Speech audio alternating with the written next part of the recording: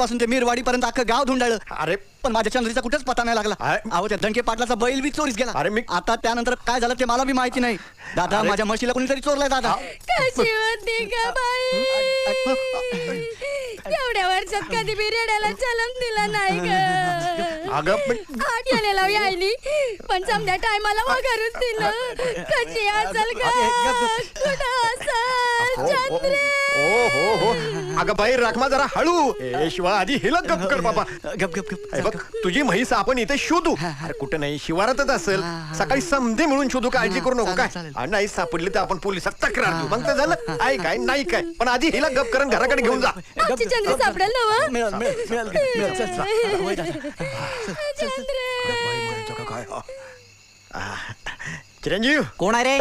ओ हो I am sorry. Yes काय चिरंजीव अहो गावातल्या लोकांच्या अशा म्हशी गाया हरवायला लागल्यावर गरीब लोकांनी जायचं कोणाकडे.